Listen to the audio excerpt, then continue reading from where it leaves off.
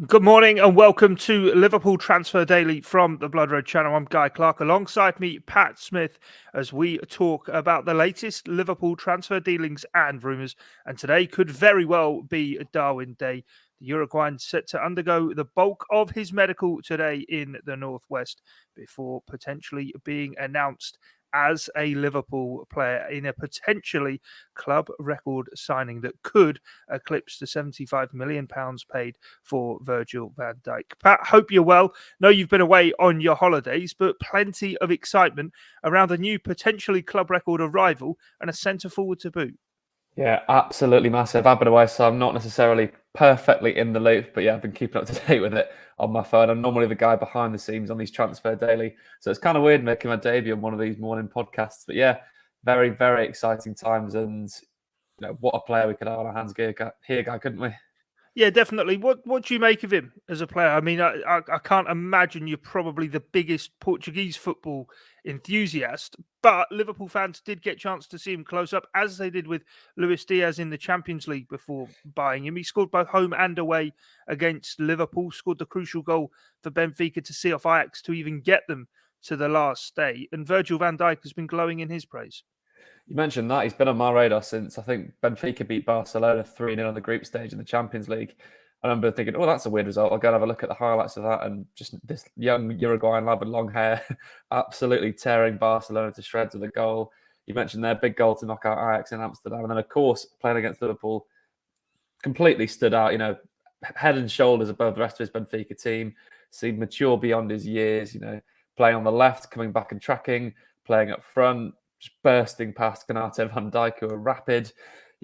Phenomenal player. And of course, now I've gone back and looked at the highlights from his season in the Portuguese league. There's videos doing the rounds on YouTube and Twitter, and he just looks a proper player. And it's not often that Liverpool spend this sort of money. You mentioned it's going to break the club record deal, and they wouldn't do it if he wasn't worth it. Look how well Alisson went. Look how well Van Dijk went. When we spend big, it's definitely spending wise. Yeah, no, most definitely. I know a lot of Liverpool fans have kind of been saying he's a regen of Fernando Torres and Luis Suarez mixed together. I mean, if he can turn out to be that player, what a signing he could well be for Liverpool. How big do you think it is that Liverpool have gone and targeted this new centre forward and gone and bought a player prior to, say, Sadio Mane departing and actually gone, you know what, we're going to look after ourselves first, rather than the whole argument of, oh, we're just looking for a replacement. They've actually gone and identified one of the hottest prospects in world football and said, this is going to be the guy to take us forward. Yeah, absolutely. I think that's the right way to go. And it really shows that we're, our mentality going into next season, we're here, we're not going to mess around. And let's say if Mane to Bayern Munich, Bayern's bids haven't been satisfactory to say the least, there's a very chance that deal could collapse. And we'd be in a very, very strong position with Nunez added to our ridiculous attacking options already. Because with Origi going, that leaves us 5 or 6 attackers. And Nunez, wow, what a replacement for Divock Origi that could be. I'm not sure he'd remain on the bench if that was the case. But yeah, absolutely love this mentality. Julian Ward, what a way to enter yourself into the role. Pretty much got Diaz over the line with the help of Michael Edwards, but now he's really stamping his authority down. Tom Greaves put a brilliant explainer out, didn't he, the other night about, Julian Ward's links to Portugal and how he got this deal over the line. But yeah, I'm loving the comparisons. I do see a bit of Fernando Torres in him. Not sure I see too much Suarez, hopefully not. And there's also been some shots of Andy Carroll as well, which I think is so unfair.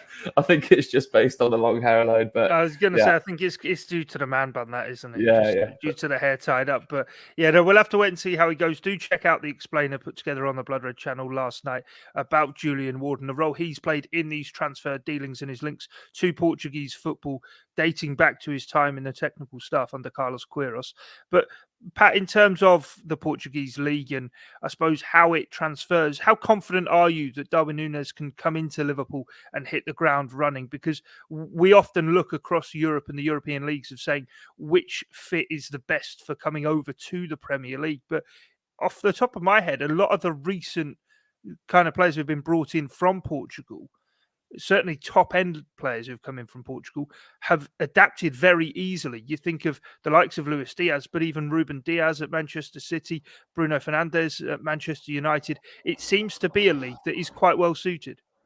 Could not agree more. Yeah, the Portuguese, I think Benfica and Porto's recruitment is some of the best in the world. They always sign players for 10, 15, 20 million, sell them on for 60, 70, maybe even João Felix going for 120 from Benfica's academy. I think they're ones that definitely get their recruitment right. Because, it's right to be sceptical. Whenever we sign a player from outside the top 5 European leagues, Nunez has got remarkable numbers, 26 and 28 games. The standard is going to be nowhere near the Premier League. Sometimes even championship level standard teams they're playing against. But you've still got to go and do it. Any team who goes and wins the league title, any player who goes and scores more than 25 goals a season is clearly a top player. But it's not just the Portuguese league. We were talking about Nunez in the Champions League earlier.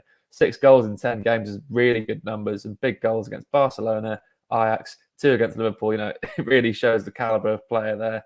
Yeah, to mention the names in the Portuguese league, you got Fernandes recently. If you go back, you've got Di Maria, players like that, and even Luis Diaz at Liverpool. I was going to say, when I said it as well, and then thought about Wolves, and you think of their recruitment that's been based so much around Portuguese football, and they came straight up from the Championship and got back-to-back 7th place finishes. I mean, Ruben Neves, for example, another player who's come in from Portuguese football and done really well.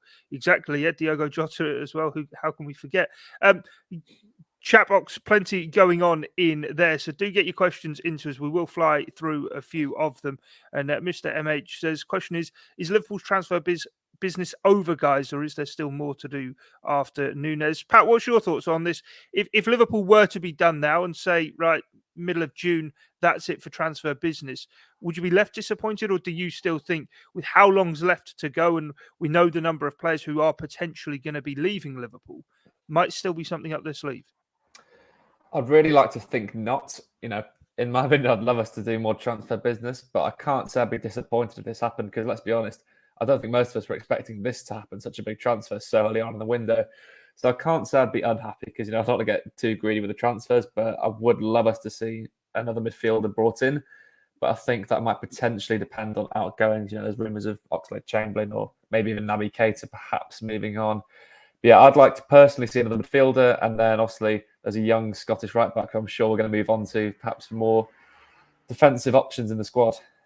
Yeah, definitely. Let's talk about Calvin Ramsay then, because Liverpool have been sniffing around the Aberdeen teenager for a few weeks now. Since the end of the season, it's been a deal that has been being discussed and looks as though it could potentially have gone through. Liverpool, it seems, according to reports, have approached Aberdeen over the course of the weekend with a bid, initially starting maybe around the £4 million mark. But Aberdeen have come back and said they want maybe at least 5 guaranteed, with a potential as much as £5 million in add-ons to take it up to £10 million.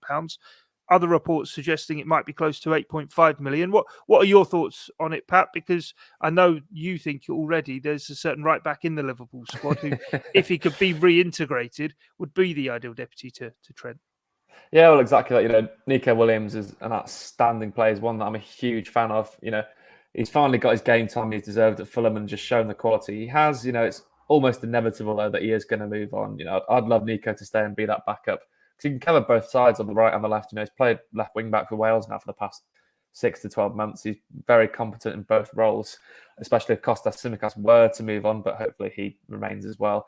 But yeah, I can see Nico getting that move to Fulham this year. Probably 15, 20 million will do the job. But yeah, Calvin Ramsay of Aberdeen, contrary to some comments in the Blood section, we do our research thoroughly on players, and Calvin Ramsay is a bit of a Trent reincarnate. He really has a similar style. Granted, he doesn't have anywhere near the accuracy of his delivery because he's still young. He's 18. He's just broken into the Aberdeen first team.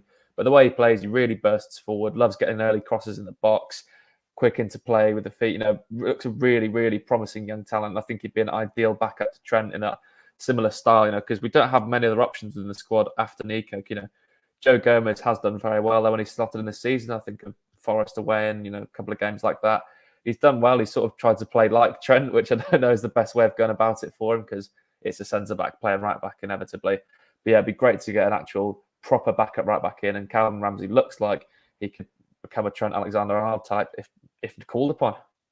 Yeah, no, definitely. We'll have to check out and wait and see if that one does happen. Keep across the Liverpool Echo website and liverpool.com for the latest developments on that. Another question from the chat box now, though. Mashiko says, question, what midfielder do you guys think Liverpool should sign? And Phil Stevens says, fresh legs in the middle, although 5 subs will help to manage that. Do you think maybe that is the next area? We mentioned there Calvin Ramsay. It does feel as though a deputy to Trent Alexander-Arnold is needed. But in terms of maybe adding that quality, that depth to push on for maybe, who knows, another quadruple charge next season, do you think another midfielder is needed? Yeah, I really, really do now. Obviously, Bellingham and Tchouaméni are the two that everyone wants to see, but I can't see them happening if we're spending 64 million, potentially up to 85 for Darwin Nunez. I think we definitely need some more cover in the 6. I think Fabinho's legs clearly went towards the end of the season just because he had to play every game, phenomenal player, but he does need that cover, It's a long old season, especially playing 60-odd games, which hopefully we're going to be doing again next season. I don't think Henderson, I know he can play as a 6 and he's competent there, but I think even Hendo now is probably getting on a little bit. I'd love to see him, be rotated in one of those other 2 midfield roles. So a defensive midfielder brought in would be my priority for the midfield, to be honest. And then, anything else on top of that is a bonus. I think maybe if Oxlade-Chamberlain, as I said, were to leave, perhaps someone else who can slot into that 8/10 role. But then we've just signed Fabio Carvalho. He might end up playing there. And obviously Harvey Elliott is going to be fresh and hopefully injury-free this season. So there's 2 very exciting young players who perhaps could cover those roles. Yeah, most definitely. Well, that is your daily morning dose of transfer news here on the Blood Red channel. Do remember we have recently launched an email address, bloodred@reachplc.com. So if you want to get in touch with us, any correspondence, any thoughts on our content, or any feedback you want to give us, do get in touch with us there, bloodred@reachplc.com. But from myself, Guy Clarke, and Patrick Smith, thanks for your time and your company this morning on Liverpool Transfer Daily. It's bye for now.